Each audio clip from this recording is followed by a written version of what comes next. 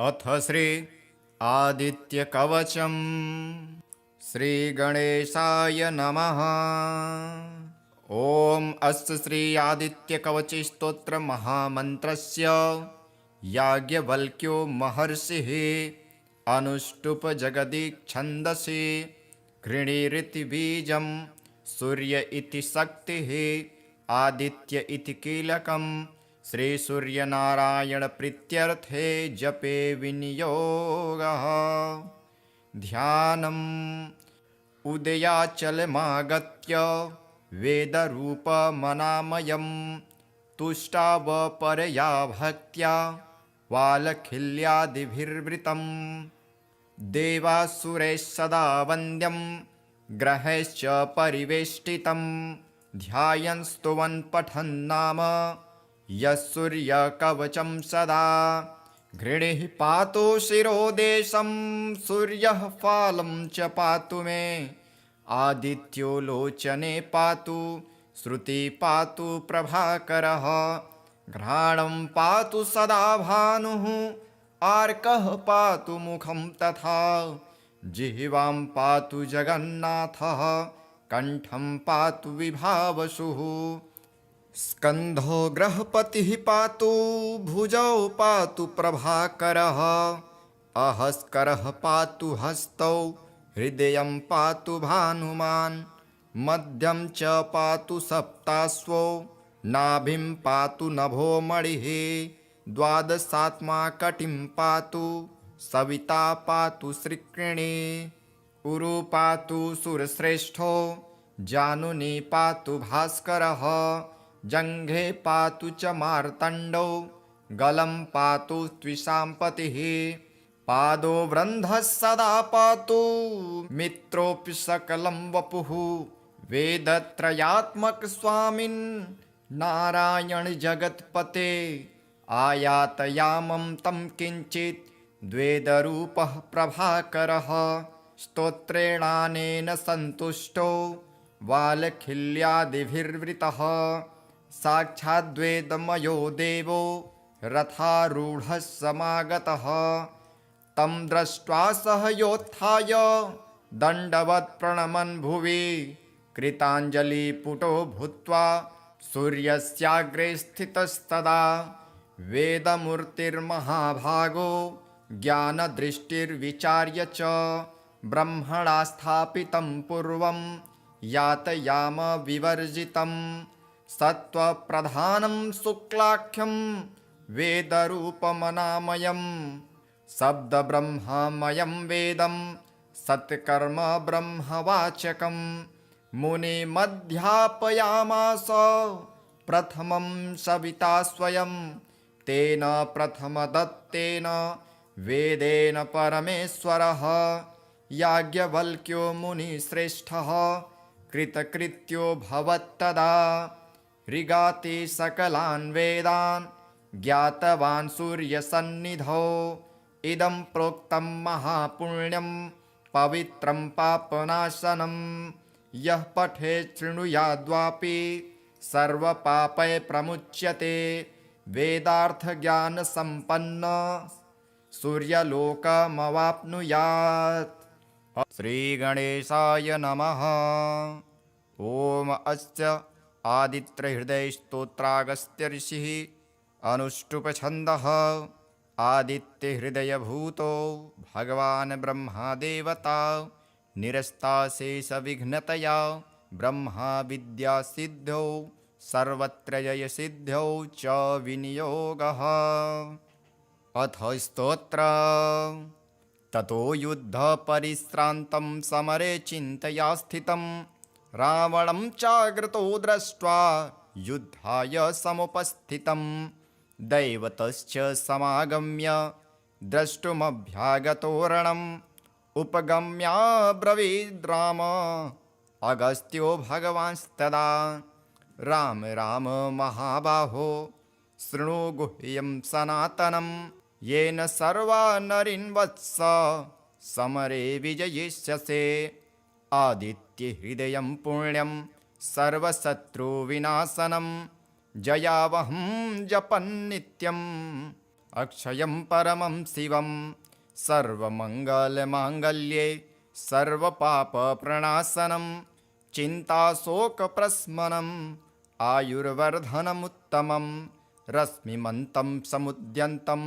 देवासुरनमस्कृतं पूजयस्व विवस्वन्तं भास्करं भुवनेश्वरं सर्वदेवात्मको ह्येष तेजस्वी रश्मिभावनः एष देवासुरगणान् लोकान् पाति गभस्तिभिः एष ब्रह्मा च विष्णुश्च शिवः स्कन्दः प्रजापतिः महेन्द्रो धनदः कालो यमः सोमो ह्यपाम्पतिः पितरो वसवः साध्या अश्विनो मरुतो मनुः वायुर्हीनः प्रजाप्राण ऋतुकर्ता प्रभाकरः आदित्यः सविता सूर्यः खगः पूषा गभस्तिमान् सुवर्णसदृशो भानुर्हिरण्यरेता दिवाकरः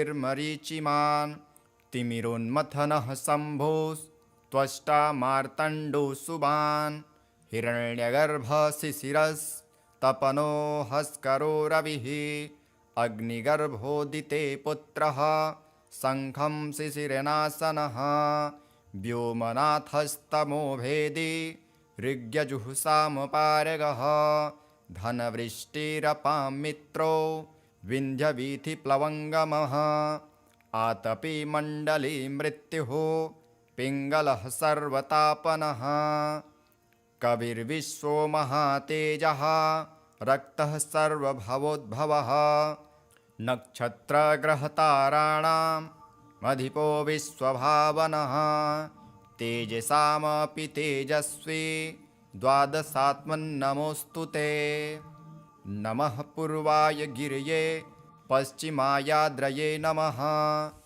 ज्योतिर्गणानां पतये दीनाधिपतये नमः जयाय जयभद्राय हर्यस्वाय नमो नमः नमो नमः सहस्रांशो आदित्याय नमो नमः नमः उग्राय वीराय सारंगाय नमो नमः नमः पद्मप्रबोधाय प्रचण्डाय नमोऽस्तु ते ब्रह्मेशानाच्युतेशाय सुरायादित्यवर्चसे भास्वते सर्वभक्षाय रौद्राय वपुषे नमः तमोघ्नाय हिमघ्नाय शत्रुघ्नायामितात्मने कृतघ्नाय देवाय ज्योतिषां पतये नमः तप्तचामीकराभाय हरये विश्वकर्मणे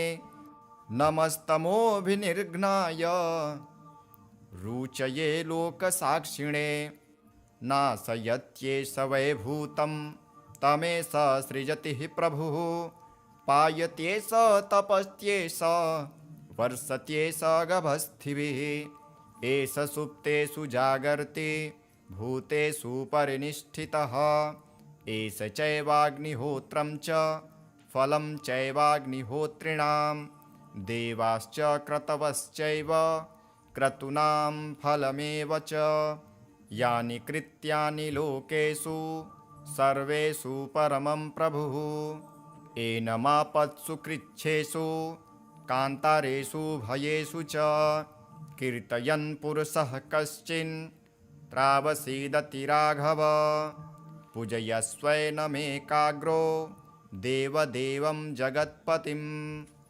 एतत्त्रिगुणितं जप्त्वा युद्धेषु विजयिष्यसि अस्मिन् क्षणे महाबाहो रावणं त्वं जहिष्यसि एवमुक्ता ततो गत्स्यो जगाम स यथागतम् एतच्छ्रुत्वा महातेजा नष्टशोको भवत्तदा धारयामास सुप्रीतो राघव प्रयतात्मवान् आदित्यं प्रेक्ष्य जपत्वेदं परं हर्षमवाप्तवान् तिराचम्य शुचिर्भूत्वा धनुरादाय वीर्यवान् रावणं प्रेक्ष्य हृष्टात्मा जयार्थं समुपागतं सर्वयत्नेन महता वृतस्तस्त्ववधेद्भवत् अथ रविरवदनिरीक्ष्य रामं मुदितमनः परमं प्रभष्यमाणः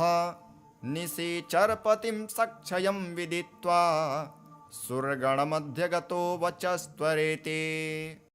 अथ श्री सूर्यकवचम् इन्द्रस्तृणु प्रवक्ष्यामि कवचं परमाद्भुतं यद्धृत्वा मुनयः पूता जीवन्मुक्ताश्च भारते कवचं बिभ्रतो व्याधिर्नभियायाति सन्निधिं यथा दृष्ट्वा वैनतेयं पलायन्ते भुजङ्गमः शुद्धाय गुरुभक्ताय स्वशिष्याय प्रकाशयेत् खलाय परिशिष्याय दत्त्वा मृत्युमवाप्नुयात् जगद्विलक्षणस्याय कवचस्य प्रजापतिः ऋषिश्छन्दश्च गायत्री देवो दिनकरः स्वयं व्याधिप्रणाशि सौन्दर्ये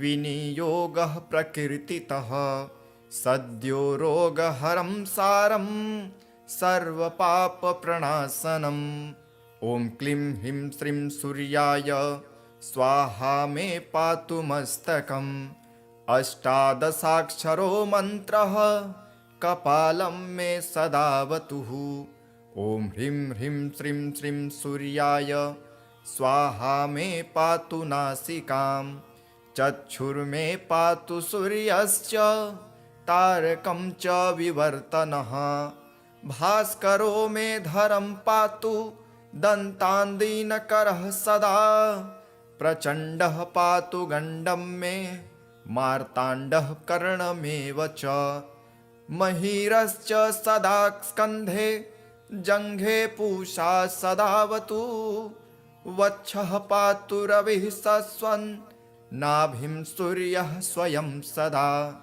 कङ्कालं मे सदा पातु सर्वदेव नमस्कृतः कर्णौ पातु सदा वृन्धः पातु पादौ प्रभाकरः विभाकरो मे सर्वाङ्ग पातु सन्ततमीश्वरः इति ते कथितं वत्स कवचं सुमनोहरं जगद्विलक्षणं नाम त्रिजगत्सु सुदुर्लभं पुरदत्तं च मनवे पुलस्येन तु पुष्करे मया दत्तं च तुभ्यं तस्मै कस्मै न देहि भो व्याधितो मुच्यसे त्वं च कवचस्य प्रसादतः भवान् रोगी श्रीमांश्च भविष्यति न संशयः लक्षवर्ष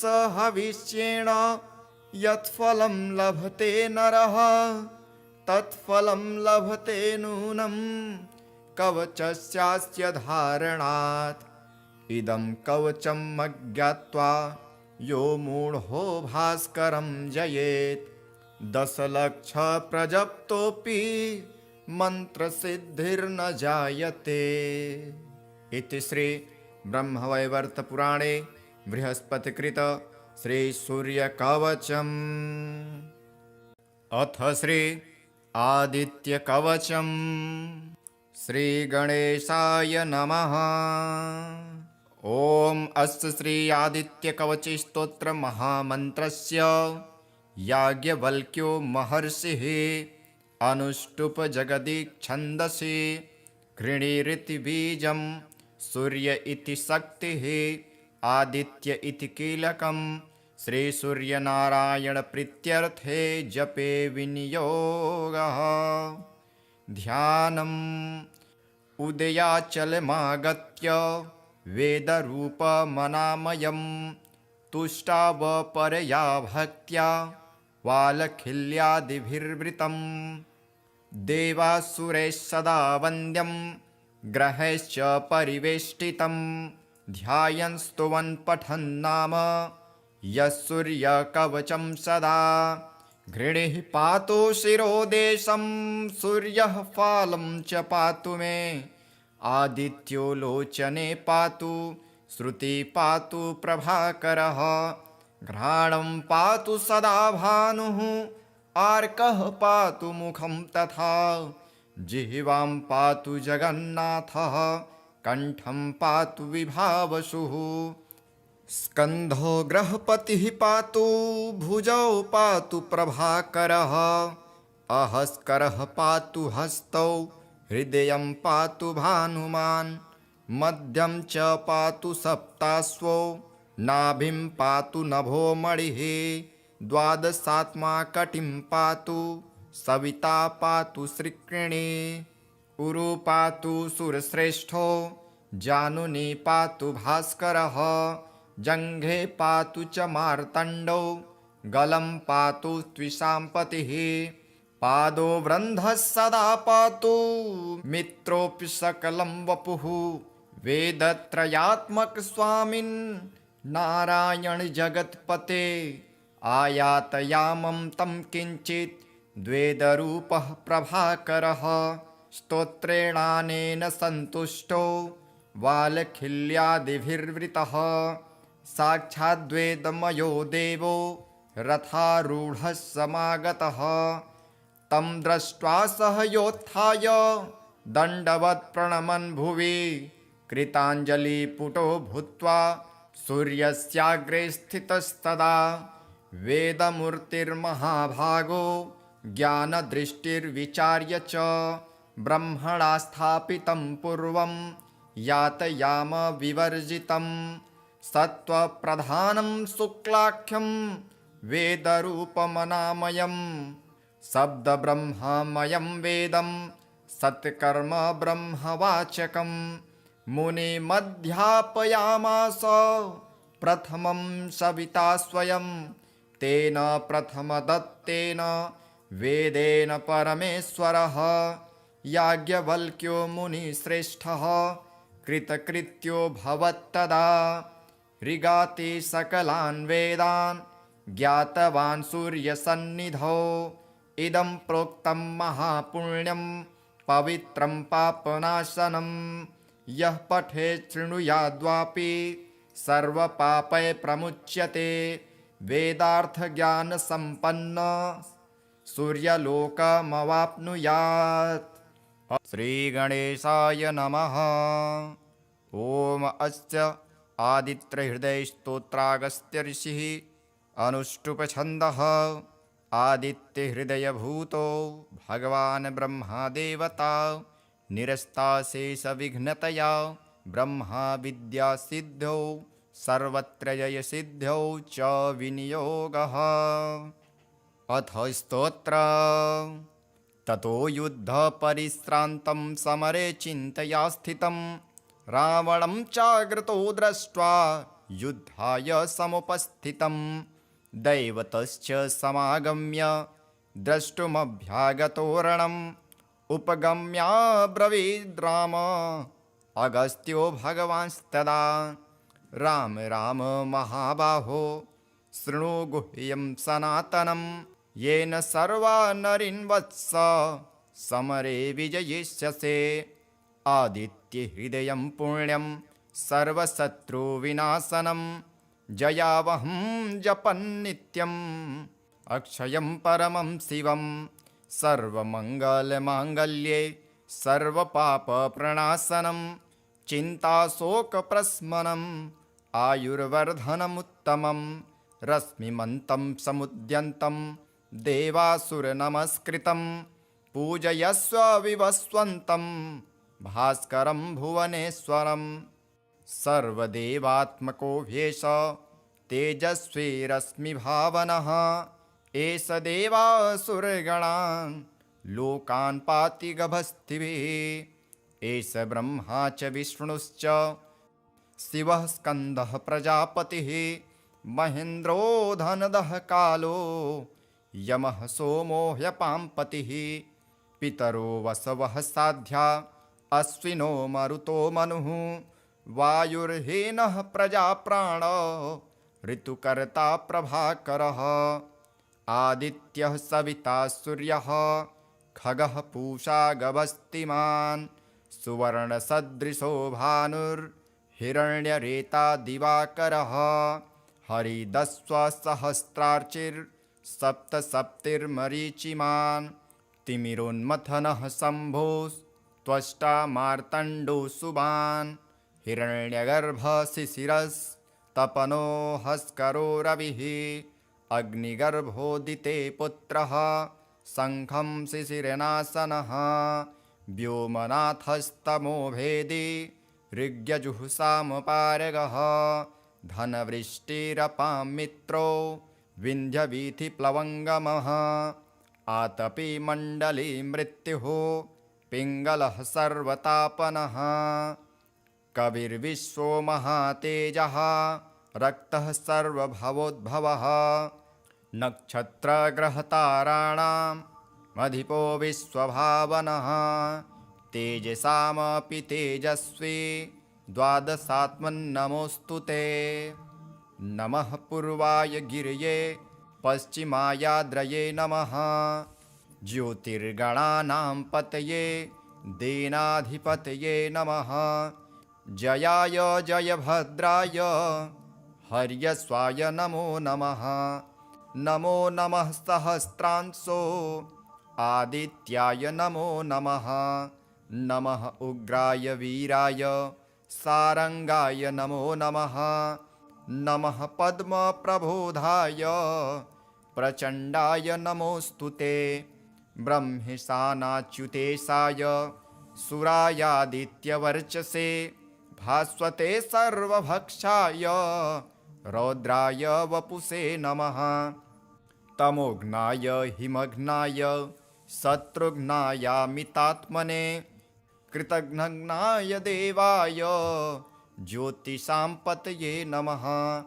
तप्तचामीकराभाय हरये विश्वकर्मणे नमस्तमोभिनिर्घ्नाय रुचये लोकसाक्षिणे नाशयत्येष वैभूतं तमेष सृजति प्रभुः पायत्येष तपस्त्येष वर्षत्येष गभस्थिभिः एष सुप्तेषु जागर्ति भूतेषु परिनिष्ठितः एष चैवाग्निहोत्रं च फलं चैवाग्निहोत्रिणां देवाश्च क्रतवश्चैव क्रतूनां फलमेव च यानि कृत्यानि लोकेषु सर्वेषु परमं प्रभुः एनमापत्सु कृच्छ्रेषु कान्तारेषु भयेषु च कीर्तयन् पुरुषः कश्चिन् त्रावसीदति राघव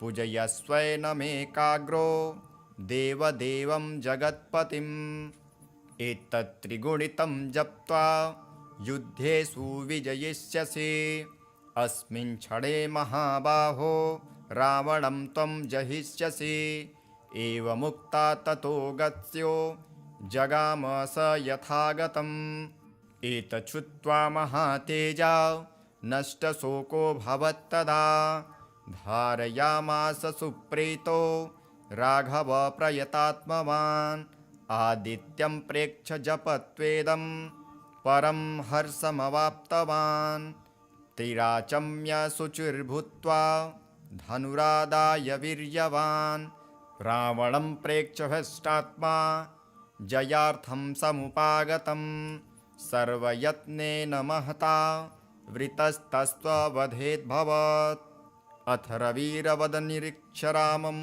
मुदितमनः परमं प्रभष्यमाणः निशिचरपतिं सक्षयं विदित्वा सुरगणमध्यगतो वचस्त्वरेति अथ श्री सूर्यकवचम् इन्द्रस्तृणु प्रवक्ष्यामि कवचं परमाद्भुतं यद्धृत्वा मुनयः पूता जीवन्मुक्ताश्च भारते कवचं बिभ्रतो व्याधिर्नभियायाति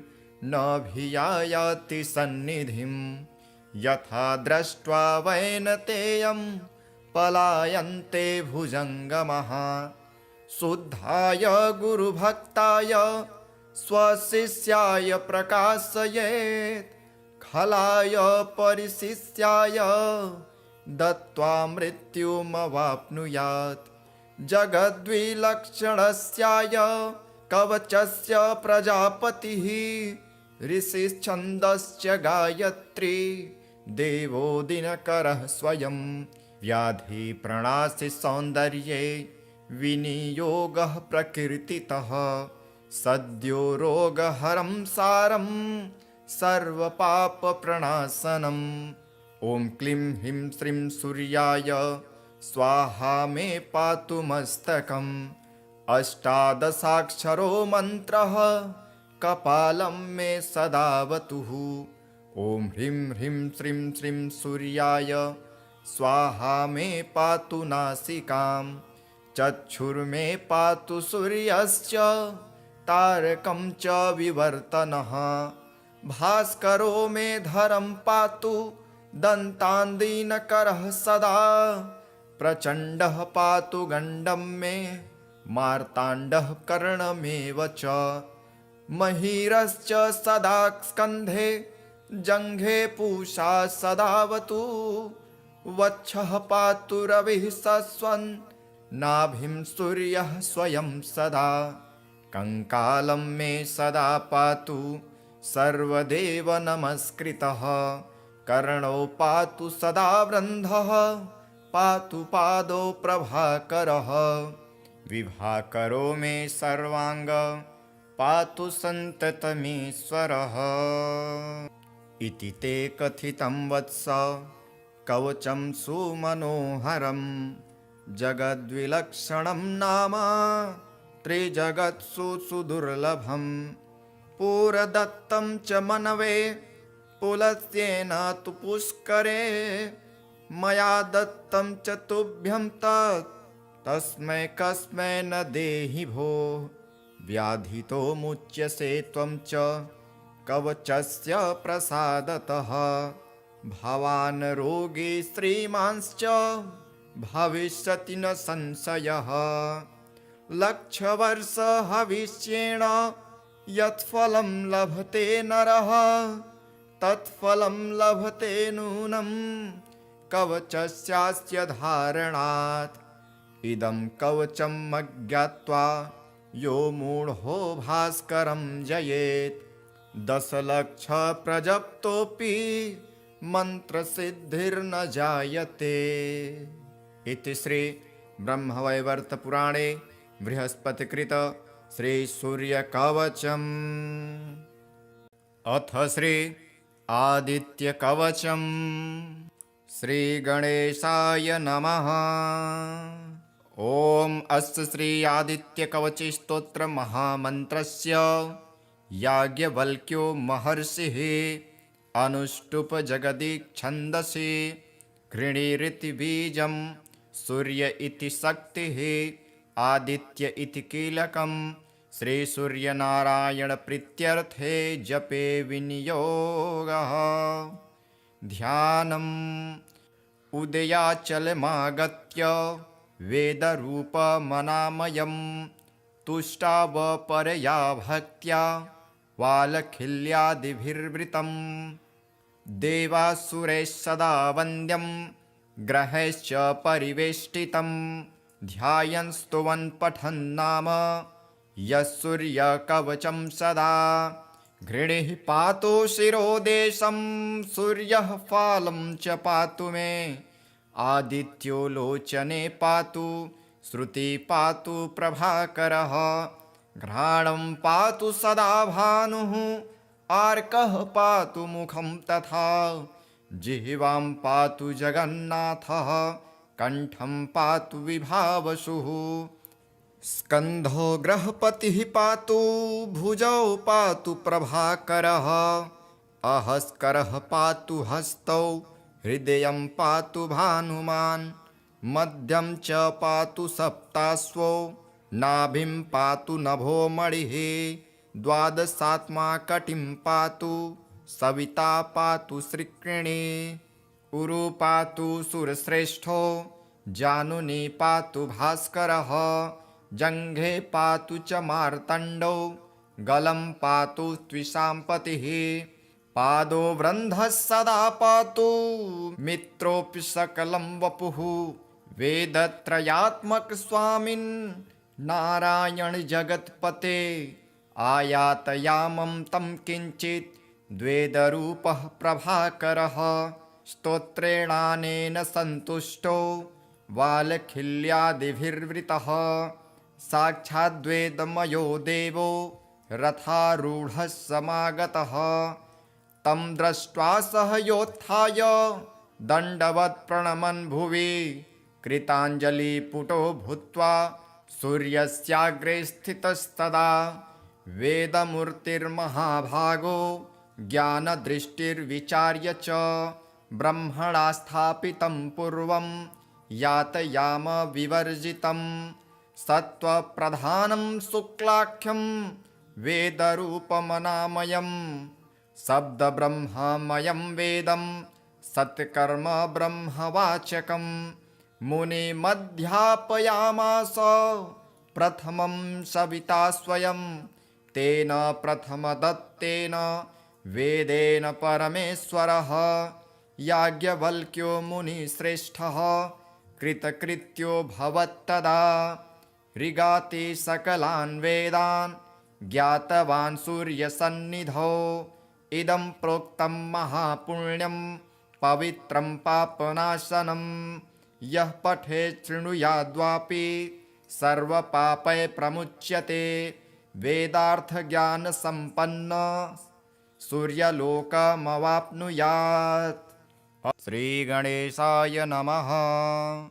ॐ अस्य आदित्यहृदयस्तोत्रागस्त्य ऋषिः अनुष्टुप्छन्दः आदित्यहृदयभूतो भगवान् ब्रह्मदेवता निरस्ताशेषविघ्नतया ब्रह्मा विद्यासिद्ध्यौ सर्वत्र जयसिद्ध्यौ च विनियोगः।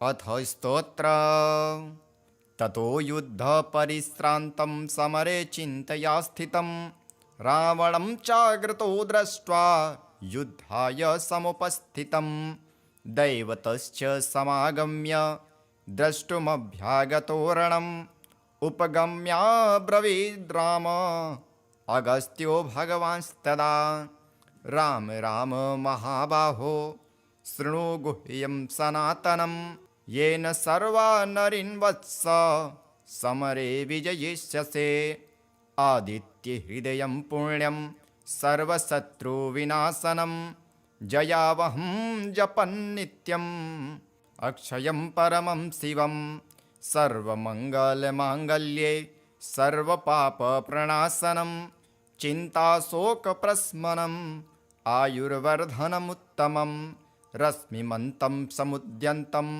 देवासुरनमस्कृतं पूजयस्व विवस्वन्तं भास्करं भुवनेश्वरं सर्वदेवात्मको ह्येष तेजस्वी रश्मिभावनः एष देवासुरगणान् लोकान् पाति गभस्तिभिः एष ब्रह्मा च विष्णुश्च शिवः स्कन्दः प्रजापतिः महेन्द्रो धनदः कालो यमः सोमो ह्यपाम्पतिः पितरो वसवः साध्या अश्विनो मरुतो मनुः वायुर्हीनः प्रजाप्राण ऋतुकर्ता प्रभाकरः आदित्यः सविता सूर्यः खगः पूषा गभस्तिमान् सुवर्णसदृशो भानुर्हिरण्यरेता दिवाकरः हरिदस्वसहस्रार्चिर्सप्तसप्तिर्मरीचिमान् तिमिरोन्मथनः शम्भोस्त्वष्टा मार्तण्डो सुबान् हिरण्यगर्भशिशिरस्तपनो हस्करो रविः अग्निगर्भोदिते पुत्रः शङ्खं शिशिरनाशनः व्योमनाथस्तमो भेदी ऋग्यजुःसामपारगः धनवृष्टिरपां मित्रो विन्ध्यवीथिप्लवङ्गमः आतपी मण्डली मृत्युः पिङ्गलः सर्वतापनः कविर्विश्वो महातेजः रक्तः सर्वभवोद्भवः नक्षत्रग्रहताराणाम् अधिपो विश्वभावनः तेजसामपि तेजस्वी द्वादशात्मन्नमोऽस्तु ते नमः पूर्वाय गिरये पश्चिमायाद्रये नमः ज्योतिर्गणानां पतये दीनाधिपतये नमः जयाय जयभद्राय हर्यस्वाय नमो नमः नमो नमः सहस्रांशो आदित्याय नमो नमः नमः उग्राय वीराय सारंगाय नमो नमः नमः पद्मप्रबोधाय प्रचण्डाय नमोऽस्तु ते ब्रह्मेशानाच्युतेशाय सुरायादित्यवर्चसे भास्वते सर्वभक्षाय रौद्राय वपुषे नमः तमोघ्नाय हिमघ्नाय शत्रुघ्नायामितात्मने कृतघ्नाय देवाय ज्योतिषां पतये नमः तप्तचामीकराभाय हरये विश्वकर्मणे नमस्तमोभिनिर्घ्नाय रुचये लोकसाक्षिणे नाशयत्येष वैभूतं तमेष सृजति प्रभुः पायत्येष तपस्त्येष वर्षत्येष गभस्थिभिः एष सुप्तेषु जागर्ति भूतेषु परिनिष्ठितः एष चैवाग्निहोत्रं च फलं चैवाग्निहोत्रिणां देवाश्च क्रतवश्चैव क्रतूनां फलमेव च यानि कृत्यानि लोकेषु सर्वेषु परमं प्रभुः एनमापत्सु कृच्छेषु कान्तारेषु भयेषु च कीर्तयन् पुरुषः कश्चिन् त्रावसीदति राघव पूजयस्वैनमेकाग्रो देवदेवं जगत्पतिम् एतत्त्रिगुणितं जप्त्वा युद्धेषु विजयिष्यसि अस्मिन् क्षणे महाबाहो रावणं त्वं जहिष्यसि एवमुक्ता ततो गत्स्यो जगाम स यथागतम् एतच्छ्रुत्वा महातेजा नष्टशोको भवत्तदा धारयामास सुप्रीतो राघव प्रयतात्मवान् आदित्यं प्रेक्ष्य जपत्वेदं परं हर्षमवाप्तवान् तिराचम्य शुचिर्भूत्वा धनुरादाय वीर्यवान् रावणं प्रेक्ष्य हष्टात्मा जयार्थं समुपागतम् सर्वयत्नेन महता वृतस्तस्त्ववधेद्भवत् अथ रविरवदनिरीक्ष्य रामं मुदितमनः परमं प्रभष्यमाणः निशिचरपतिं सक्षयं विदित्वा सुरगणमध्यगतो वचस्त्वरेति अथ श्री सूर्यकवचम् इन्द्रशृणु प्रवक्ष्यामि कवचं परमाद्भुतं यद्धृत्वा मुनयः पूता जीवन्मुक्ताश्च भारते कवचं बिभ्रतो व्याधिर्नभियायाति सन्निधिं यथा दृष्ट्वा वैनतेयं पलायन्ते भुजङ्गमः शुद्धाय गुरुभक्ताय स्वशिष्याय प्रकाशयेत् खलाय परिशिष्याय दत्त्वा मृत्युमवाप्नुयात् जगद्विलक्षणस्याय कवचस्य प्रजापतिः ऋषिश्छन्दश्च गायत्री देवो दिनकरः स्वयं व्याधिप्रणाशि सौन्दर्ये विनियोगः प्रकीर्तितः सद्यो रोगहरं सारं सर्वपापप्रणाशनम् ॐ क्लीं ह्रीं श्रीं सूर्याय स्वाहा मे पातु मस्तकम् अष्टादशाक्षरो मन्त्रः कपालं मे सदावतुः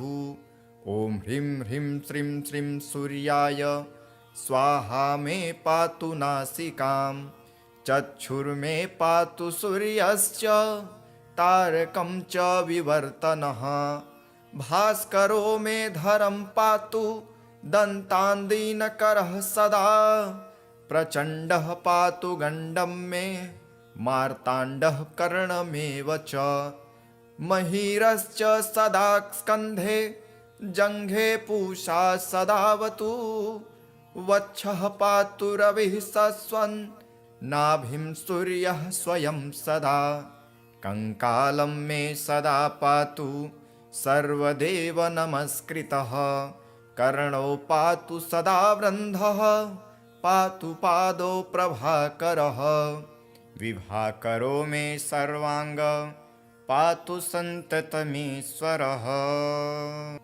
इति ते कथितं वत्स कवचं सुमनोहरं जगद्विलक्षणं नाम त्रिजगत्सु सुदुर्लभं पुरदत्तं च मनवे पुलस्त्येन तु पुष्करे मया दत्तं च तुभ्यं तस्मै कस्मै न देहि भो व्याधितो मुच्यसे त्वं च कवचस्य प्रसादतः भवान् रोगी श्रीमांश्च भविष्यति न संशयः लक्षवर्ष हविष्येण यत्फलं लभते नरः तत्फलं लभते नूनं कवचस्यास्य धारणात् इदं कवचम् अज्ञात्वा यो मूढो भास्करं जयेत् 10 लक्ष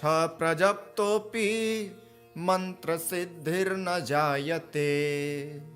इति श्री ब्रह्मवैवर्त पुराणे बृहस्पतिकृत श्री सूर्यकवचम्। अथ श्री आदित्यकवचम्। श्री गणेशाय नमः। ओम अस्य श्री आदित्यकवच स्तोत्र महामन्त्रस्य याज्ञवल्क्यो महर्षिः अनुष्टुप जगदीच्छन्दसि घृणीरिति बीजं सूर्य इति शक्तिः आदित्य इति कीलकं श्री सूर्यनारायण प्रीत्यर्थे जपे विनियोगः। ध्यानम् उदयाचलमागत्य वेदरूपमनामयं तुष्टावपरया भक्त्या वालखिल्यादिभिर्वृतं देवासुरैः सदा वन्द्यं ग्रहैश्च परिवेष्टितं ध्यायन् स्तुवन् पठन् नाम यः सूर्यकवचं सदा घृणिः पातु शिरोदेशं सूर्यः फालं च पातु मे आदित्यो लोचने पातु श्रुति पातु प्रभाकरः घ्राणं पातु सदा भानुः आर्कः पातु मुखं तथा जिह्वां पातु जगन्नाथः कण्ठं पातु विभावसुः स्कन्धो ग्रहपतिः पातु भुजौ पातु प्रभाकरः अहस्करः पातु हस्तौ हृदयं पातु भानुमान् मध्यं च पातु सप्ताश्वो नाभिं पातु नभो मणिः द्वादशात्मा कटिं पातु सविता पातु श्रिक्रिणी उरु पातु सुरश्रेष्ठो जानुनी पातु भास्करः जङ्घे पातु च मार्तण्डो गलं पातु त्विषाम्पतिः पादो वृन्धः सदा पातु मित्रोऽपि सकलं वपुः वेदत्रयात्मक स्वामिन् नारायण जगत्पते आयातयामं तं किञ्चित् द्वेदरूपः प्रभाकरः स्तोत्रेणानेन सन्तुष्टो वालखिल्यादिभिर्वृतः साक्षाद्वेदमयो देवो रथारूढः समागतः तं दृष्ट्वा सह योत्थाय दण्डवत् प्रणमन् भुवि कृताञ्जलिपुटो भूत्वा सूर्यस्याग्रे स्थितस्तदा वेदमूर्तिर्महाभागो ज्ञानदृष्टिर्विचार्य च ब्रह्मणा स्थापितं पूर्वं यातयाम विवर्जितं सत्त्वप्रधानं शुक्लाख्यं वेदरूपमनामयं शब्दब्रह्ममयं वेदं सत्कर्म ब्रह्मवाचकं मुनिमध्यापयामास प्रथमं सविता स्वयं तेन प्रथमदत्तेन वेदेन परमेश्वरः याज्ञवल्क्यो मुनिश्रेष्ठः कृतकृत्यो भवत्तदा ऋगाति सकलान् वेदान् ज्ञातवान् सूर्यसन्निधौ इदं प्रोक्तं महापुण्यं पवित्रं पापनाशनं यः पठेत् शृणुयाद्वापि सर्वपापै प्रमुच्यते वेदार्थज्ञानसम्पन्न सूर्यलोकमवाप्नुयात्। श्रीगणेशाय नमः। ॐ अस्य आदित्यहृदयस्तोत्रागस्त्य ऋषिः अनुष्टुप्छन्दः आदित्यहृदयभूतो भगवान् ब्रह्मदेवता निरस्ताशेषविघ्नतया ब्रह्मा विद्यासिद्ध्यौ सर्वत्र जयसिद्ध्यौ च विनियोगः। अथ स्तोत्र।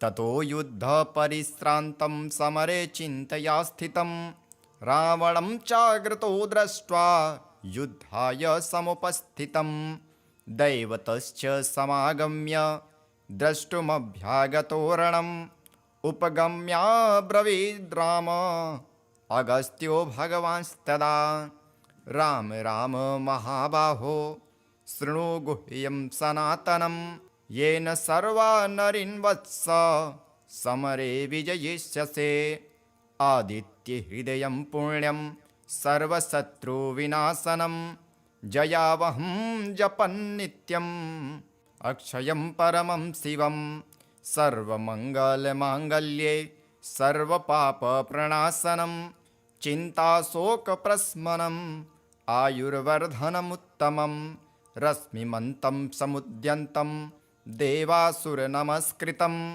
पूजयस्व विवस्वन्तं भास्करं भुवनेश्वरं सर्वदेवात्मको ह्येष तेजस्वी रश्मिभावनः एष देवासुरगणान् लोकान् पाति गभस्तिभिः एष ब्रह्मा च विष्णुश्च शिवः स्कन्दः प्रजापतिः महेन्द्रो धनदः कालो यमः सोमो ह्यपाम्पतिः पितरो वसवः साध्या अश्विनो मरुतो मनुः वायुर्हीनः प्रजाप्राण ऋतुकर्ता प्रभाकरः आदित्यः सविता सूर्यः खगः पूषा गभस्तिमान् सुवर्णसदृशो भानुर्हिरण्यरेता दिवाकरः हरिदस्वसहस्रार्चिर्सप्तसप्तिर्मरीचिमान्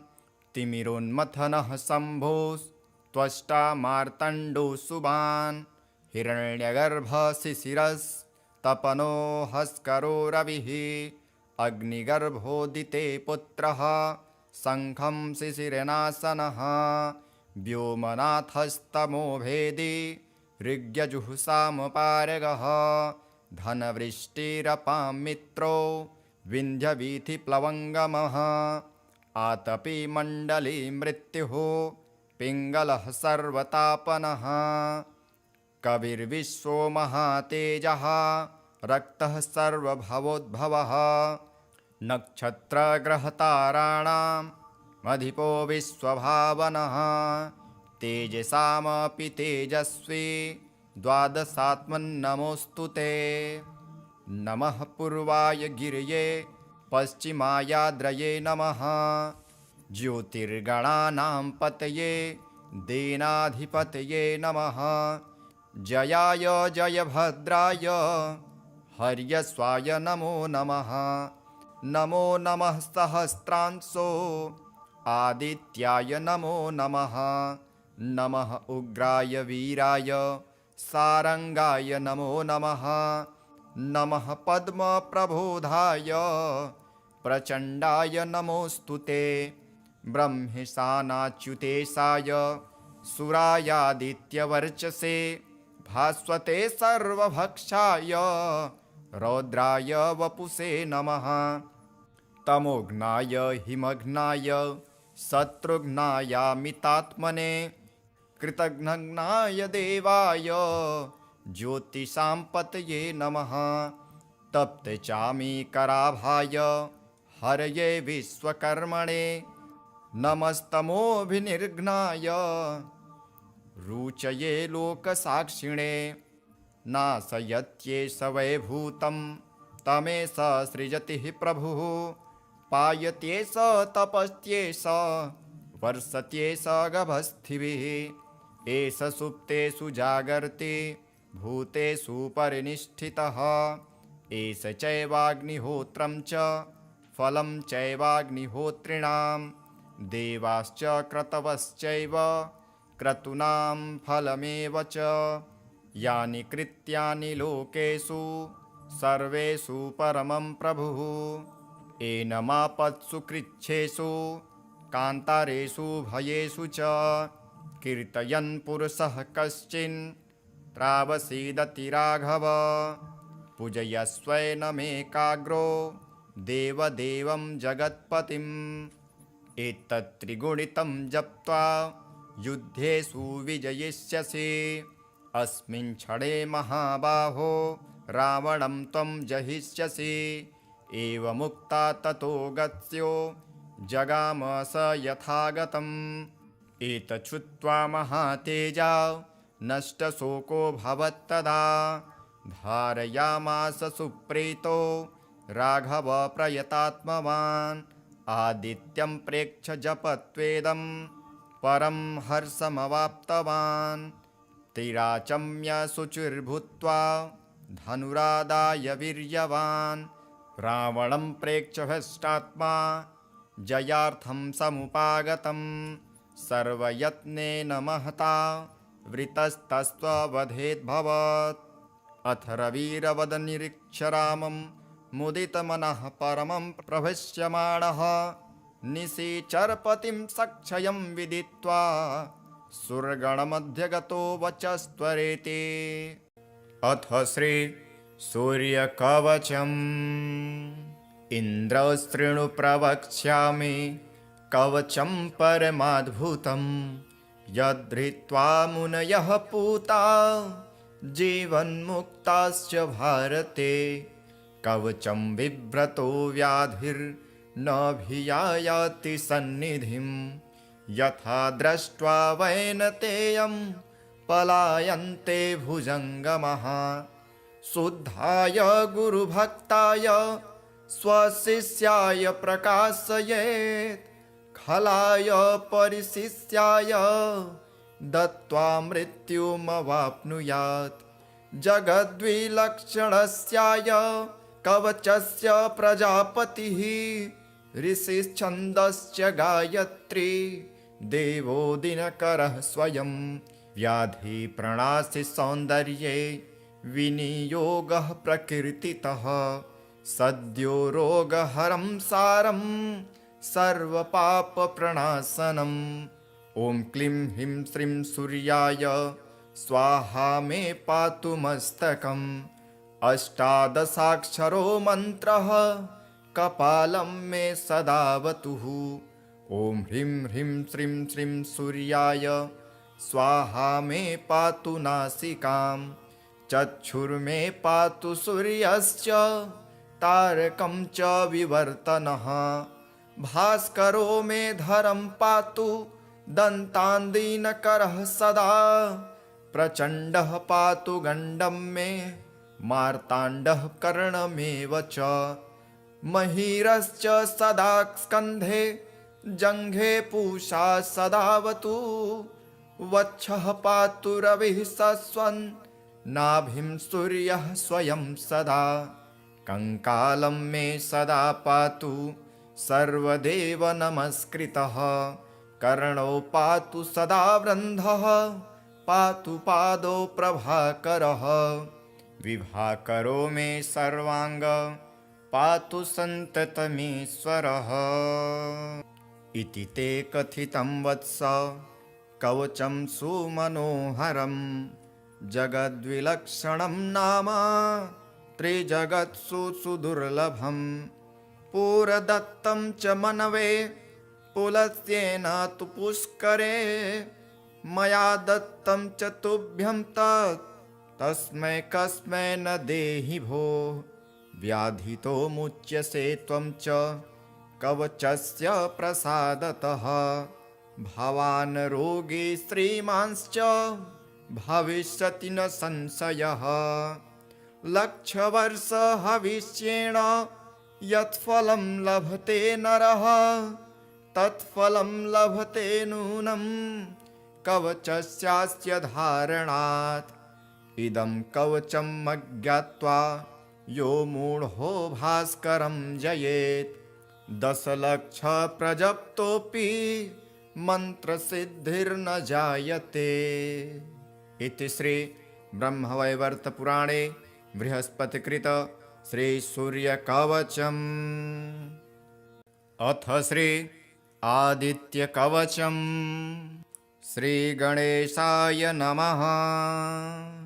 ओम अस्य श्री आदित्यकवच स्तोत्र महामन्त्रस्य याज्ञवल्क्यो महर्षिः अनुष्टुप जगदीच्छन्दसि घृणीरिति बीजं सूर्य इति शक्तिः आदित्य इति कीलकं श्री सूर्यनारायण प्रीत्यर्थे जपे विनियोगः। ध्यानम् उदयाचलमागत्य वेदरूपमनामयं तुष्टावपरया भक्त्या वालखिल्यादिभिर्वृतं देवासुरैः सदा वन्द्यं ग्रहैश्च परिवेष्टितं ध्यायन् स्तुवन् पठन् नाम यः सूर्यकवचं सदा घृणिः पातु शिरोदेशं सूर्यः फालं च पातु मे आदित्यो लोचने पातु श्रुति पातु प्रभाकरः घ्राणं पातु सदा भानुः आर्कः पातु मुखं तथा जिह्वां पातु जगन्नाथः कंठं पातु विभावसुः स्कन्धो ग्रहपतिः पातु भुजौ पातु प्रभाकरः अहस्करः पातु हस्तौ हृदयं पातु भानुमान् मध्यं च पातु सप्ताश्वो नाभिं पातु नभो मणिः द्वादशात्मा कटिं पातु सविता पातु श्रिक्रिणी उरु पातु सुरश्रेष्ठो जानुनी पातु भास्करः जङ्घे पातु च मार्तण्डो गलं पातु त्विषाम्पतिः पादो वृन्धः सदा पातु मित्रोऽपि सकलं वपुः वेदत्रयात्मक स्वामिन् नारायण जगत्पते आयातयामं तं किञ्चित् द्वेदरूपः प्रभाकरः स्तोत्रेणानेन सन्तुष्टो वालखिल्यादिभिर्वृतः साक्षाद्वेदमयो देवो रथारूढः समागतः तं दृष्ट्वा सह योत्थाय दण्डवत् प्रणमन् भुवि कृताञ्जलिपुटो भूत्वा सूर्यस्याग्रे स्थितस्तदा वेदमूर्तिर्महाभागो ज्ञानदृष्टिर्विचार्य च ब्रह्मणा स्थापितं पूर्वं यातयाम विवर्जितं सत्त्वप्रधानं शुक्लाख्यं वेदरूपमनामयं शब्दब्रह्ममयं वेदं सत्कर्म ब्रह्मवाचकं मुनिमध्यापयामास प्रथमं सविता स्वयं तेन प्रथमदत्तेन वेदेन परमेश्वरः याज्ञवल्क्यो मुनिश्रेष्ठः कृतकृत्यो भवत्तदा ऋगाति सकलान् वेदान् ज्ञातवान् सूर्यसन्निधौ इदं प्रोक्तं महापुण्यं पवित्रं पापनाशनं यः पठेत् शृणुयाद्वापि सर्वपापै प्रमुच्यते वेदार्थज्ञानसम्पन्न सूर्यलोकमवाप्नुयात्। श्रीगणेशाय नमः। ॐ अस्य आदित्यहृदयस्तोत्रागस्त्य ऋषिः अनुष्टुप्छन्दः आदित्यहृदयभूतो भगवान् ब्रह्मादेवता निरस्ताशेषविघ्नतया ब्रह्मा विद्यासिद्ध्यौ सर्वत्र जयसिद्ध्यौ च विनियोगः। अथ स्तोत्र। ततो युद्धपरिश्रान्तं समरे चिन्तया स्थितं रावणं चाग्रतो दृष्ट्वा युद्धाय समुपस्थितं दैवतश्च समागम्य द्रष्टुमभ्यागतो रणम् उपगम्याब्रवीद् राम अगस्त्यो भगवांस्तदा राम राम महाबाहो शृणु गुह्यं सनातनं येन सर्वा नरीन् वत्स समरे विजयिष्यसे आदित्यहृदयं पुण्यं सर्वशत्रुविनाशनं जयावहं जपन्नित्यम् अक्षयं परमं शिवं सर्वमङ्गलमाङ्गल्ये सर्वपापप्रणाशनं चिन्ताशोकप्रशमनम् आयुर्वर्धनमुत्तमं रश्मिमन्तं समुद्यन्तं देवासुरनमस्कृतं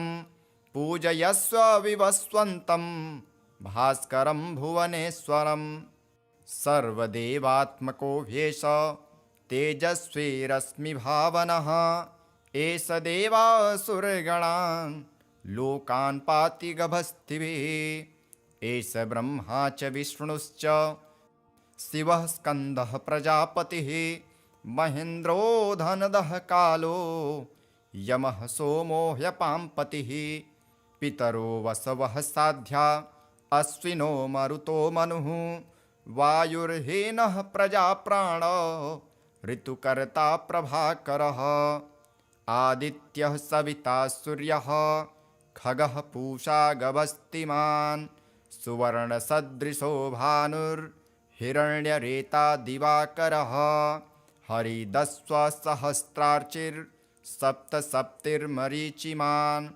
तिमिरोन्मथनः शम्भोस्त्वष्टा मार्तण्डो सुबान् हिरण्यगर्भशिशिरस्तपनो हस्करो रविः अग्निगर्भोदिते पुत्रः शङ्खं शिशिरनाशनः व्योमनाथस्तमो भेदी ऋग्यजुःसामपारगः धनवृष्टिरपां मित्रो विन्ध्यवीथिप्लवङ्गमः आतपी मण्डली मृत्युः पिङ्गलः सर्वतापनः कविर्विश्वो महातेजः रक्तः सर्वभवोद्भवः नक्षत्रग्रहताराणाम् अधिपो विश्वभावनः तेजसामपि तेजस्वी द्वादशात्मन्नमोऽस्तु ते नमः पूर्वाय गिरये पश्चिमायाद्रये नमः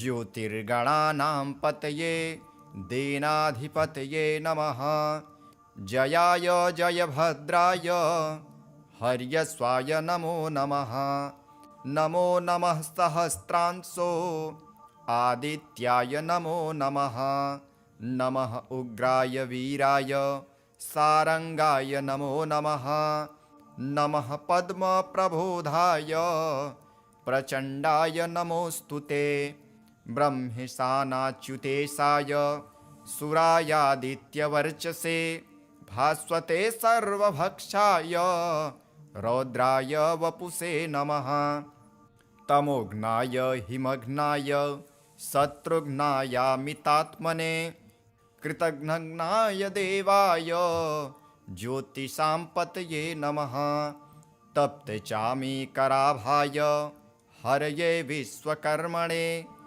नमस्तमोभिनिर्घ्नाय रुचये लोकसाक्षिणे नाशयत्येष वैभूतं तमेष सृजति प्रभुः पायत्येष तपस्त्येष वर्षत्येष गभस्थिभिः एष सुप्तेषु जागर्ति भूतेषु परिनिष्ठितः एष चैवाग्निहोत्रं च फलं चैवाग्निहोत्रिणां देवाश्च क्रतवश्चैव क्रतूनां फलमेव च यानि कृत्यानि लोकेषु सर्वेषु परमं प्रभुः। एनमापत्सु कृच्छ्रेषु कान्तारेषु भयेषु च कीर्तयन् पुरुषः कश्चिन् त्रावसीदति राघव। पूजयस्वैनमेकाग्रो देवदेवं जगत्पतिम्। एतत्त्रिगुणितं जप्त्वा युद्धेषु विजयिष्यसि। अस्मिन् क्षणे महाबाहो रावणं त्वं जहिष्यसि। एवमुक्ता ततो गत्स्यो जगाम स यथागतम्। एतच्छ्रुत्वा महातेजा नष्टशोको भवत्तदा। धारयामास सुप्रीतो राघव प्रयतात्मवान्। आदित्यं प्रेक्ष्य जपत्वेदं परं हर्षमवाप्तवान्। तिराचम्य शुचिर्भूत्वा धनुरादाय वीर्यवान्। रावणं प्रेक्ष्य हृष्टात्मा जयार्थं समुपागतम्। सर्वयत्नेन महता वृतस्तस्त्ववधेद्भवत्। अथ रविरवदनिरीक्ष्य रामं मुदितमनः परमं प्रभष्यमाणः। निशिचरपतिं सक्षयं विदित्वा सुरगणमध्यगतो वचस्त्वरेति। अथ श्री सूर्यकवचम्। इन्द्रस्तृणु प्रवक्ष्यामि कवचं परमाद्भुतं। यद्धृत्वा मुनयः पूता जीवन्मुक्ताश्च भारते। कवचं बिभ्रतो व्याधिर्नभियायाति सन्निधिं। यथा दृष्ट्वा वैनतेयं पलायन्ते भुजङ्गमः। शुद्धाय गुरुभक्ताय स्वशिष्याय प्रकाशयेत्। खलाय परिशिष्याय दत्त्वा मृत्युमवाप्नुयात्। जगद्विलक्षणस्याय कवचस्य प्रजापतिः। ऋषिश्छन्दश्च गायत्री देवो दिनकरः स्वयं। व्याधिप्रणाशि सौन्दर्ये विनियोगः प्रकीर्तितः। सद्यो रोगहरं सारं सर्वपापप्रणाशनम्। ॐ क्लीं ह्रीं श्रीं सूर्याय स्वाहा मे पातु मस्तकम्। अष्टादशाक्षरो मन्त्रः कपालं मे सदावतुः। ॐ ह्रीं ह्रीं श्रीं श्रीं सूर्याय स्वाहा मे पातु नासिकाम्। चक्षुर्मे पातु सूर्यश्च तारकं च विवर्तनः। भास्करो मे धरं पातु दन्तान्दीनकरः सदा। प्रचण्डः पातु गण्डं मे मार्ताण्डः कर्णमेव च। महीरश्च सदा स्कन्धे जङ्घे पूषा सदावतु। वक्षः पातु रविः सस्वन् नाभिं सूर्यः स्वयं सदा। कङ्कालं मे सदा पातु सर्वदेव नमस्कृतः। कर्णौ पातु सदा वृन्धः पातु पादौ प्रभाकरः। विभाकरो मे सर्वाङ्ग पातु सन्ततमीश्वरः। इति ते कथितं वत्स कवचं सुमनोहरं। जगद्विलक्षणं नाम त्रिजगत्सु सुदुर्लभं। पुरदत्तं च मनवे पुलस्त्येन तु पुष्करे। मया दत्तं च तुभ्यं तस्मै कस्मै न देहि भो। व्याधितो मुच्यसे त्वं च कवचस्य प्रसादतः। भवान् रोगी श्रीमांश्च भविष्यति न संशयः। लक्षवर्ष हविष्येण यत्फलं लभते नरः। तत्फलं लभते नूनं कवचस्यास्य धारणात्। इदं कवचम् अज्ञात्वा यो मूढो भास्करं जयेत्। 10 लक्ष प्रजप्तोऽपि मन्त्रसिद्धिर्न जायते। इति श्री ब्रह्मवैवर्तपुराणे बृहस्पतिकृत श्रीसूर्यकवचम्।